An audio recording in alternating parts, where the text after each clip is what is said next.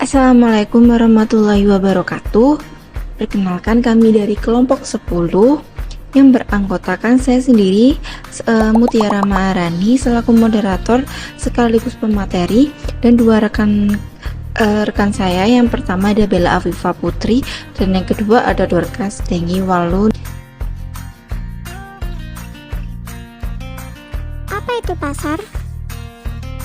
Pasar itu tempat bertemunya penjual dan pembeli untuk melakukan transaksi jual beli barang maupun jasa. Lalu berikutnya ada klasifikasi struktur pasar. Jadi pasar itu terbagi menjadi 4 macam.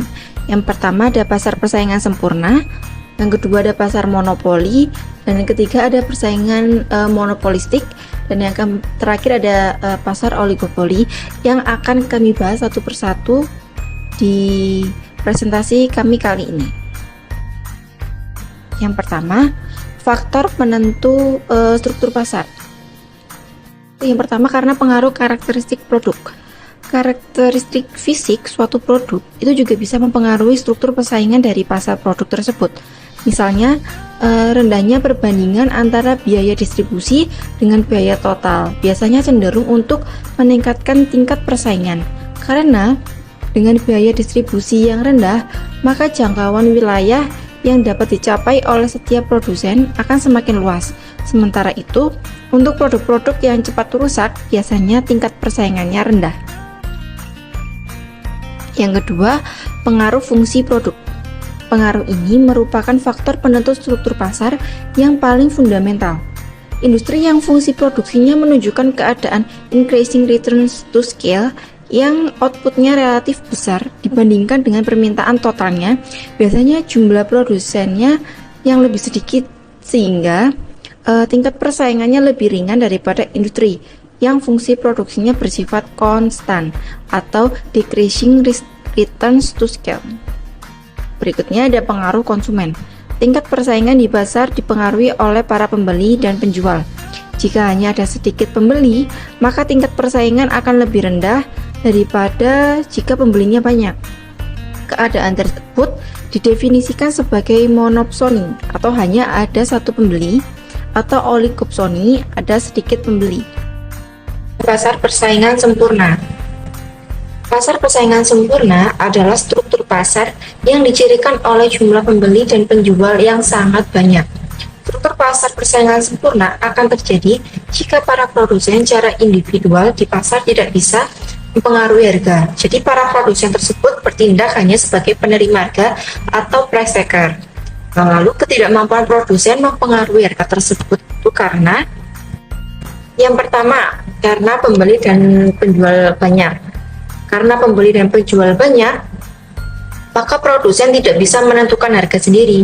Jadi si produsen itu cuma bisa mengambil harga atau price taker, di mana harga itu ditentukan oleh mekanisme pasar atau mendapatkan hasil tawar-menawar antara penjual dan pembeli. Jadi tidak ada kekuatan produsen ataupun konsumen untuk menentukan harga. Lalu yang kedua, produk yang homogen. Jadi barangnya homogen atau sejenis. Jadi misalnya sayuran ya sayuran, ikan kanan ya ikan kanan. Yang ketiga, adanya kebebasan keluar masuk pasar. Berikutnya, informasi yang sempurna. Jadi penjual dan pembeli itu mempunyai pengetahuan sempurna tentang pasar. Jadi mereka tahu kondisi dan segala macam informasi di pasar itu. Lalu penentuan harga pasar. Jadi ya tadi, kegiatan berdasarkan mekanisme pasar atau semua harga itu tergantung kesepakatan antara penjual dan pembeli. Berikutnya ini ada kurva. Ya, jadi ada dua kurva untuk perusahaan dan kurva untuk industri atau pasar.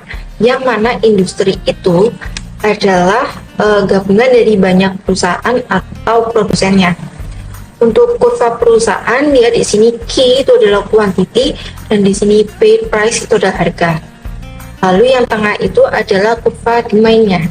Kurva demand sama dengan MR sama dengan AR sama dengan P. Lalu mengapa berbentuk horizontal?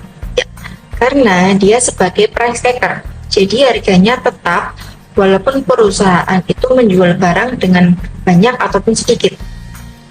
Jadi harga yang diperjualbelikan itu tetap di titik yang telah disepakati di pasar.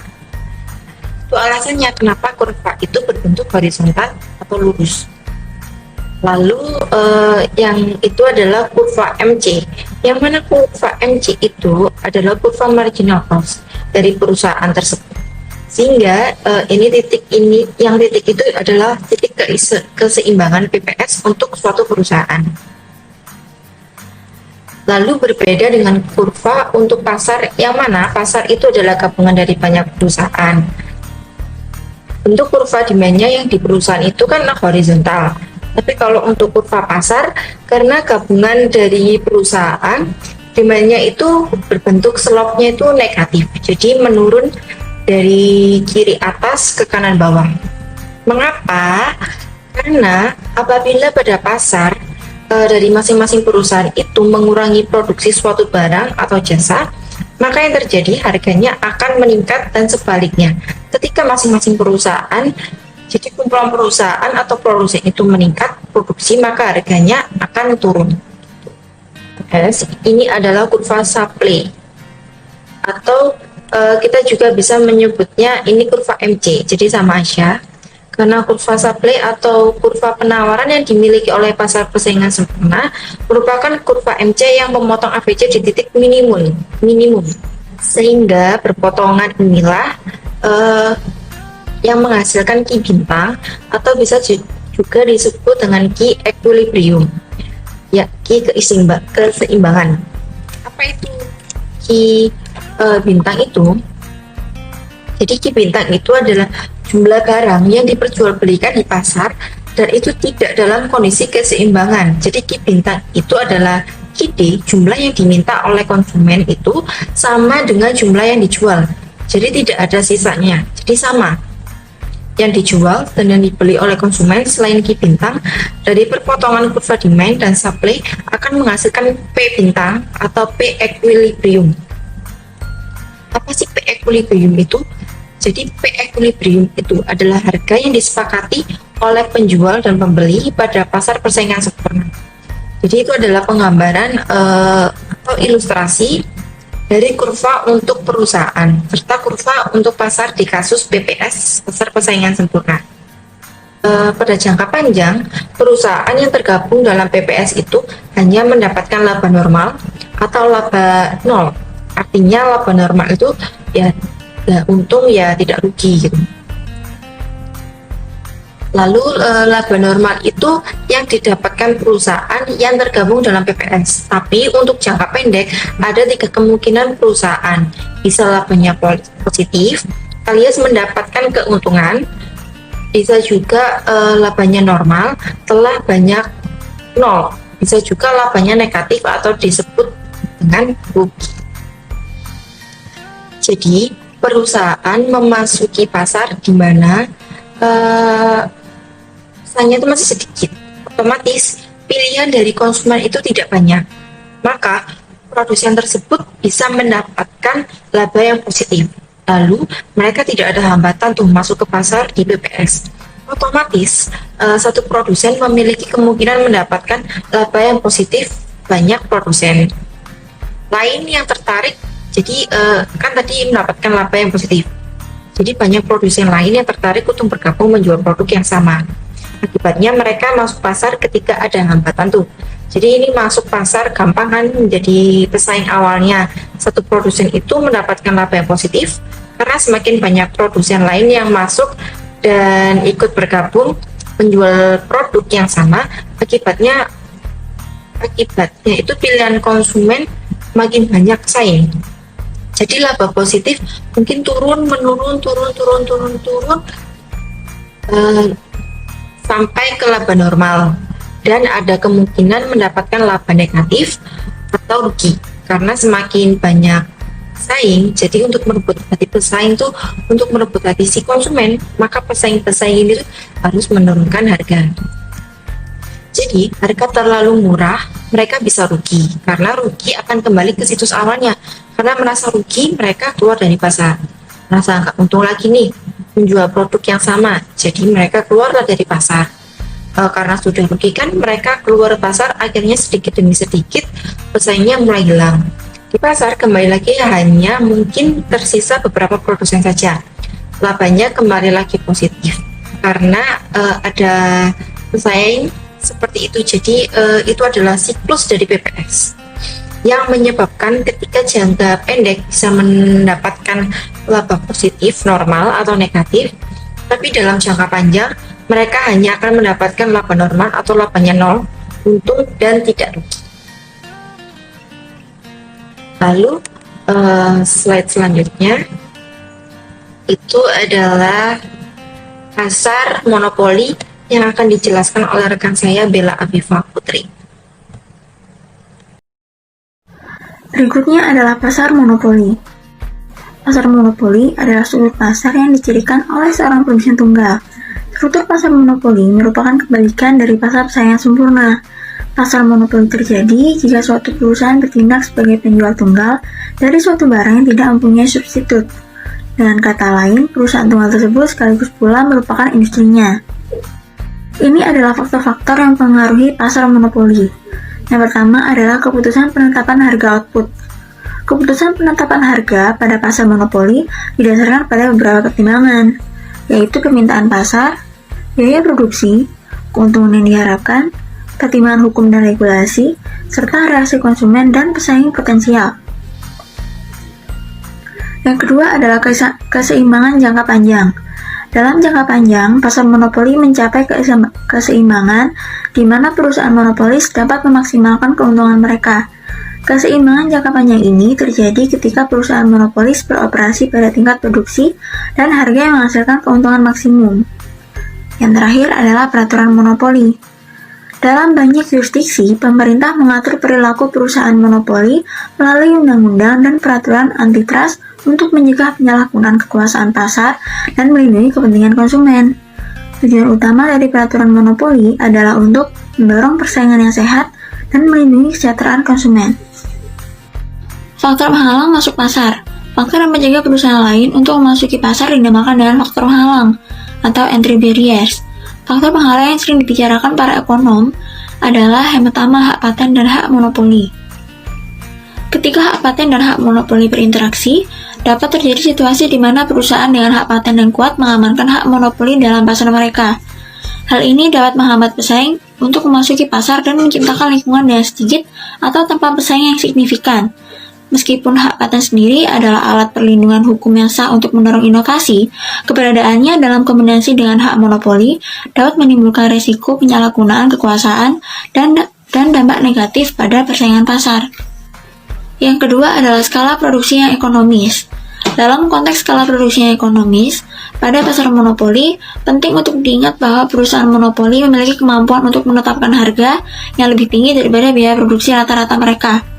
Oleh karena itu, mereka cenderung beroperasi pada tingkat produksi yang lebih rendah daripada tingkat yang mungkin ditemukan dalam pasar persaingan sempurna.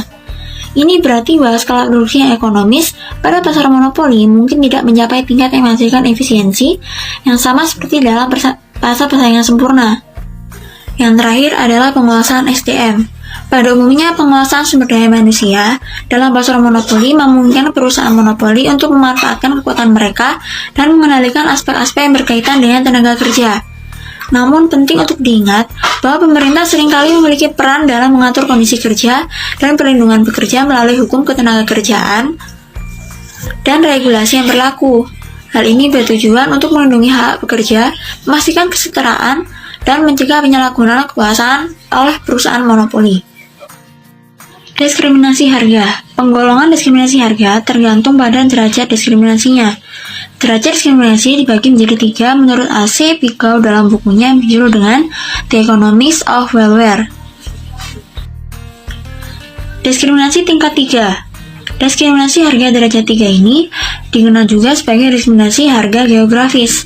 Terjadi ketika perusahaan membandingkan harga yang berbeda untuk konsumen di pasar yang berbeda. Dalam konteks ini, perusahaan monopoli atau perusahaan dengan kekuatan pasar yang signifikan memanfaatkan perbedaan dalam karakteristik pasar regional atau geografis untuk menetapkan harga yang berbeda. Dengan menetapkan diskriminasi harga derajat ketiga, perusahaan dapat memaksimalkan keuntungan dengan memanfaatkan permintaan yang lebih elastis di beberapa pasar atau wilayah, sementara tetap menjaga permintaan yang lebih sensitif terhadap harga di pasar lain. Dalam skenario ini, perusahaan mengidentifikasi pasar yang memiliki karakteristik seperti tingkat pendapatan yang lebih tinggi, tingkat persaingan yang lebih rendah, atau preferensi konsumen yang berbeda untuk menetapkan harga yang lebih tinggi. Diskriminasi tingkat 2. Ini berarti bahwa kelompok pelanggan tertentu akan dikenakan harga yang lebih rendah atau 20 dari 48. Sementara kelompok pelanggan lain akan dikenakan harga yang lebih tinggi. Penerapan diskriminasi harga derajat 2 seringkali melibatkan segmentasi pasar berdasarkan faktor-faktor seperti tingkat pendapatan, usia, jenis kelamin, preferensi konsumen, atau status keanggotaan. Perusahaan dapat menggunakan informasi ini untuk menetapkan harga yang berbeda dan memaksimalkan keuntungan mereka dengan memperhitungkan permintaan yang lebih elastis dari kelompok-kelompok tertentu. Yang terakhir, diskriminasi tingkat 1. Diskriminasi harga derajat pertama ini disebut juga dengan diskriminasi harga individu atau diskriminasi harga personal. Terjadi ketika perusahaan memberikan harga yang berbeda untuk setiap unit barang atau layanan yang dijual kepada konsumen individual.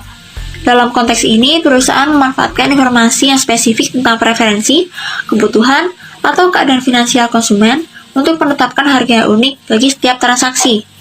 Dengan penetapan diskriminasi harga derajat pertama, perusahaan dapat membuat maksimal keuntungan dengan memberikan harga yang sebanding dengan nilai yang diharapkan atau bersedia dibayar oleh setiap konsumen.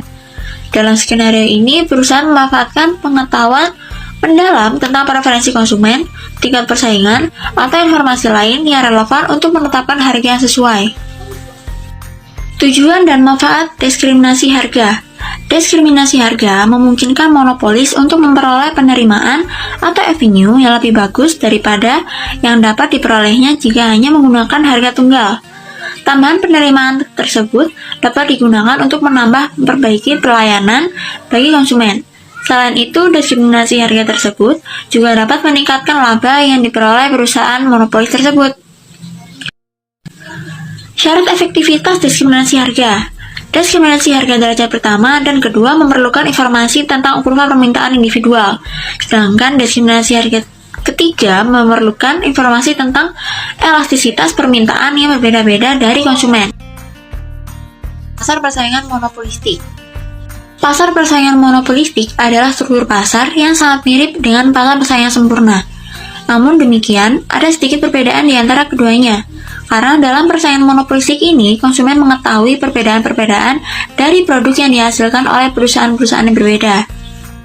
Pada tahun 1933, Edward H. Chamberlain mengajukan teori persaingan monopolistik yang menjelaskan secara lebih realistik tentang struktur pasar yang aktual yang dihadapi hampir semua perusahaan. Teori Chamberlain ini tetap menggunakan dua asumsi dari struktur pasar persaingan sempurna. Yang pertama adalah setiap perusahaan dalam menentukan keputusannya tidak tergantung pada perusahaan lainnya. Oleh karena itu, setiap produsen menganggap bahwa harga-harga pesaing, iklan dari pesaing, dan lain-lain tidak berbeda dengan tindakan-tindakannya sendiri. Oleh karena itu, perubahan harga oleh satu perusahaan dianggap tidak akan mempengaruhi perusahaan lain untuk bereaksi mengubah harga mereka. Yang kedua adalah jumlah perusahaan dalam suatu industri sangat banyak, dan semuanya memproduksi produk dasar yang sama. Namun demikian, asumsi bahwa produk adalah homogen sempurna dihilangkan. Maka setiap perusahaan dianggap mampu untuk membeda-bedakan produknya paling tidak dalam beberapa tingkat atau derajat dari produk-produk perusahaan-perusahaan lainnya. Di sini saya akan menjelaskan tentang pasar oligopoli. Pasar oligopoli adalah struktur pasar di mana sebagian pasar output dari suatu industri yang dihasilkan oleh sejumlah kecil perusahaan. Pasar oligopoli dibagi menjadi oligopoli, terdiferensiasi, diferensiasi, dan oligopoli, di mana produk tidak terbakukan. Standar sistem, misalnya MOBI dan oligopolita, terdiferensiasi, diferensiasi, dan oligopoli, di mana produk terbakukan, misalnya baja. Nah, pasar oligopoli asumsi perilaku behavioral dan tindakan Sedangkan perusahaan secara individual akan mengakibatkan reaksi dari sebagian perusahaan saingannya. Maka lahirnya pasar oligopoli. Contoh industri yang oligopolistis cukup banyak di Indonesia, walaupun mungkin industri tersebut merupakan joint venture antara pihak Indonesia dengan perusahaan asing seperti semen, barang-barang, elektronik, otomotif, perakitan, komputer, dan lain-lain. Penentuan struktur pasar.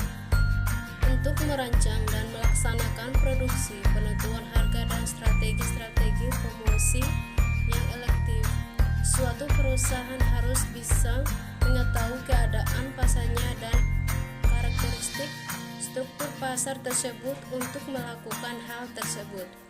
Biasanya perusahaan-perusahaan yang besar dan dikelola secara modal akan menggunakan data ekonomi. Sensus ekonomi. Untuk semua kegiatan ekonomi yang dicakup oleh sensus ekonomi negara, gremium industri pengelolaan merupakan sektor terbesar.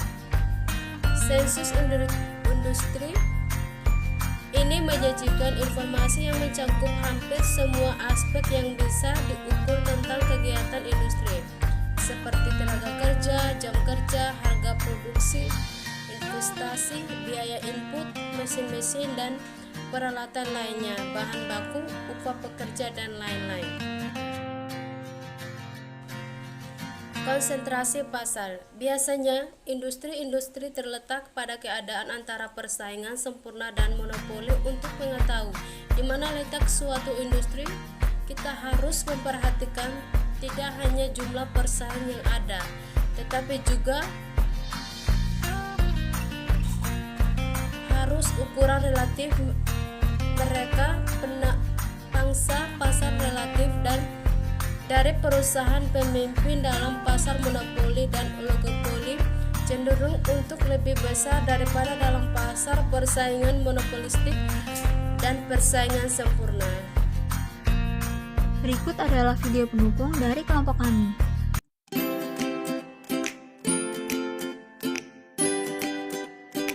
Hai, kamu tentu pernah pergi ke pasar bukan? Eits, jangan berpikir kalau pasar itu identik dengan becek-becekan saja. Ketika kamu belanja online, itu juga termasuk pasar loh. Kamu lihat, di pasar ini ada penjual, pembeli, dan barang-barang yang diperjualbelikan. Iya, pasar itu tempat bertemunya calon penjual dan pembeli, baik secara langsung maupun tidak langsung, untuk melakukan transaksi jual beli barang atau jasa. Meski kamu taunya pasar itu bangunan yang ada penjual dan pembelinya, kamu salah. Karena pasar itu bukan hanya bangunan fisik yang terdapat penjual dan pembeli yang melakukan transaksi, tetapi juga termasuk pasar abstrak yang tidak dapat kita sentuh ataupun kita lihat fisiknya. Pada setiap pasar barang terdapat berbagai bentuk persaingan, baik persaingan yang sangat ketat, persaingan longgar, persaingan yang sangat lemah, maupun pasar tanpa persaingan. Persaingan ini dapat berupa persaingan antar pembeli maupun persaingan antar penjual. Persaingan antar penjual itu mengakibatkan terdapat berbagai jenis pasar. Apakah kamu sudah tahu? Kalau belum, aku akan mengajakmu melihat berbagai jenis pasar barang. Kamu lihat, banyak penjual dan pembeli di sini. Iya, penjual di sini tidak dapat menguasai pasar atau menentukan harga pasar. Akan tetapi mereka hanya dapat menyesuaikan harga produksinya dengan harga pasar yang berlaku.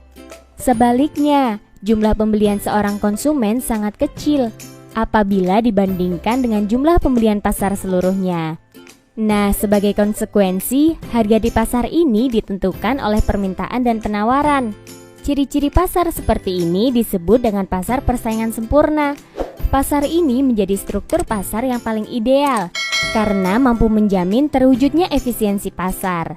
Dalam kerjanya, pasar persaingan sempurna ini memiliki beberapa kelebihan. Di antaranya, di pasar persaingan sempurna ini masuknya pengusaha baru menyebabkan jumlah barang yang ditawarkan akan bertambah pada harga yang sama, sehingga perusahaan-perusahaan yang ingin bertahan harus mencapai ongkos produksi minimum. Dengan demikian, efisiensi produksi selalu dicapai oleh perusahaan dalam persaingan sempurna. Tak hanya itu, pasar persaingan sempurna ini juga mempunyai kelebihan dengan memberi kebebasan dalam bertindak. Namun demikian, pasar persaingan sempurna juga memiliki kelemahan, yaitu tidak dapat mendorong inovasi. Lihat itu, ada pasar yang sedikit penjualnya, tapi sangat banyak pembeli. Ini sih ciri pasar persaingan tidak sempurna, di mana dalam pasar persaingan tidak sempurna ini dibagi menjadi beberapa jenis loh. Kamu lihat pom bensin ini, ada banyak kendaraan yang mengantri untuk membeli bahan bakar. Kamu mungkin tahu kalau seluruh pom bensin di Indonesia ini dikelola oleh Pertamina.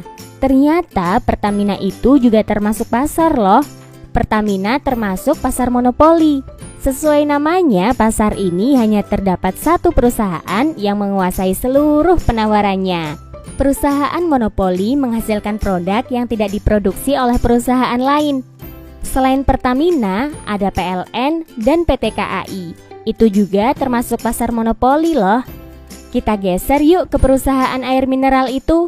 Wah, ternyata mereka hanya menjual air mineral saja ya. Oh iya, aku ingat. Tidak hanya perusahaan ini saja yang menjual air mineral, tapi ada yang lain juga. Nah, kalau ciri seperti ini, kamu bisa menyebutnya dengan pasar oligopoli. Berbeda dengan pasar monopoli tadi, pasar oligopoli ini dikuasai oleh beberapa perusahaan. Namun jumlah barang yang ditawarkan tetaplah homogen atau satu jenis saja. Kamu lihat berbagai motor di dealer itu, sejenis kan? Eits, tapi ternyata motor itu satu sama lainnya berbeda merek loh. Nah, ini bisa kamu sebut dengan pasar monopolitis, di mana beberapa produsen dengan jenis barang yang serupa, namun karakteristiknya berbeda-beda. Produsen juga mempunyai kemampuan untuk mempengaruhi harga pasar, tapi tidak terlalu besar dibandingkan dengan pasar monopoli dan oligopoli. Gimana? Kamu sudah paham kan ya? Oke deh, kalau gitu sampai jumpa di pembelajaran asyik lainnya. Dah.